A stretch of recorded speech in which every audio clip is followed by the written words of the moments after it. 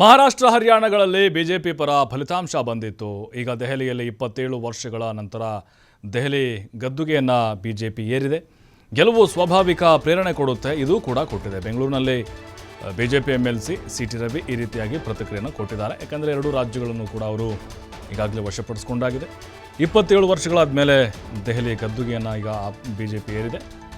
ಗೆಲುವು ಸ್ವಾಭಾವಿಕವಾಗಿ ಪ್ರೋತ್ಸಾಹ ಪ್ರೇರಣೆ ಕೊಡುತ್ತೆ, ಇದು ಕೂಡ ಈ ಗೆಲುವು ನಮಗೆ ಕೊಟ್ಟಿದೆ ಅಂತೇಳಿ ಸಿಟಿ ರವಿ ಅವರು ತಮ್ಮ ಅಭಿಪ್ರಾಯವನ್ನು ವ್ಯಕ್ತಪಡಿಸಿದ್ದಾರೆ. ಮುಂದೆ ಬಿಹಾರದಲ್ಲೂ ಕೂಡ NDA ಗೆಲ್ಲುವ ವಿಶ್ವಾಸ ಮೂಡಿದೆ ನಮಗೆ. ಕೇಜ್ರಿವಾಲ್ ಅವರ ಸುಳ್ಳಿನ ಮುಖವಾಡ ಇದೀಗ ಬಿಜೆಪಿ ಗೆಲುವಿನ ಮೂಲಕ ಕಳಚಿ ಬಿದ್ದಿದೆ. ಕಾಂಗ್ರೆಸ್ ಅವಲೋಕನ ಮಾಡಿಕೊಳ್ಳುವಂತಹ ಅಗತ್ಯ ಇದೆ. ಈಗ ಸೋಲಿನ ಬಗ್ಗೆ ಕಾಂಗ್ರೆಸ್ಗೆ ಜನ ಒಪ್ಪುವ ನಾಯಕತ್ವ ಇಲ್ಲ. ಅವ್ರಿಗೆ ಯಾರ ಬಗ್ಗೆ ನಿಯತ್ತಿದೆ? ವಿದೇಶಗಳಲ್ಲಿ ದೇಶಕ್ಕೆ, ಸನಾತನ ಧರ್ಮಕ್ಕೆ ಕಾಂಗ್ರೆಸ್ ಈಗ ಅಪಮಾನವನ್ನು ಮಾಡಿಕೊಂಡು ಬರ್ತಾನೆ ಇದೆ. ಭಾರತದ ಬಗ್ಗೆ ಕಾಂಗ್ರೆಸ್ ವಿಸರ್ಜನೆಗೆ ಇದು ಸಕಾಲ ಅಂತೇಳಿ ಸಿಟಿ ರವಿ ಹೇಳಿದ್ದಾರೆ.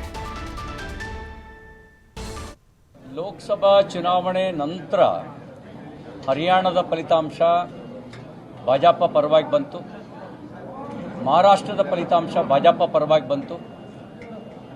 ಈಗ 27 ವರ್ಷಗಳ ನಂತರ ದೆಹಲಿಯಲ್ಲಿ ಭಾರತೀಯ ಜನತಾ ಪಾರ್ಟಿ ಅಧಿಕಾರದ ಗದ್ದಿಗೆಯನ್ನು ಹಿಡಿದಿದೆ. ಇದಕ್ಕೆ ಕಾರಣಕರ್ತರಾಗಿರ್ತಕ್ಕಂಥ ಕಾರ್ಯಕರ್ತರಿಗೆ, ದೆಹಲಿಯ ಮಹಾಜನತೆಗೆ ಮತ್ತು ನರೇಂದ್ರ ಮೋದಿಜಿಯವರು, JP ನಡ್ಡಾಜಿಯವರು, ಅಮಿತ್ ಶಾ ರಾದಿಯಾಗಿ ಎಲ್ಲ ನಾಯಕರಿಗೆ ನಾನು ಅಭಿನಂದನೆಗಳನ್ನು ಸಲ್ಲಿಸಲಿಕ್ಕೆ ಬಯಸ್ತೇನೆ. ಯಾವಾಗಲೂ ಗೆಲುವು ನಮಗೆ ಸ್ವಾಭಾವಿಕವಾಗಿರೋ ಪ್ರೇರಣೆಯನ್ನು ಕೊಡುತ್ತೆ. ಈ ಗೆಲುವು ಕೂಡ ನಮಗೆ ಪ್ರೇರಣೆಯನ್ನು ಕೊಟ್ಟಿದೆ. ಬಿಹಾರದಲ್ಲೂ ಮುಂದೆ ಬಿಹಾರ ಚುನಾವಣೆ, ಬಿಹಾರದಲ್ಲೂ NDA ಗೆಲ್ಲುತ್ತೆ ಅಂತಕ್ಕಂಥ ವಿಶ್ವ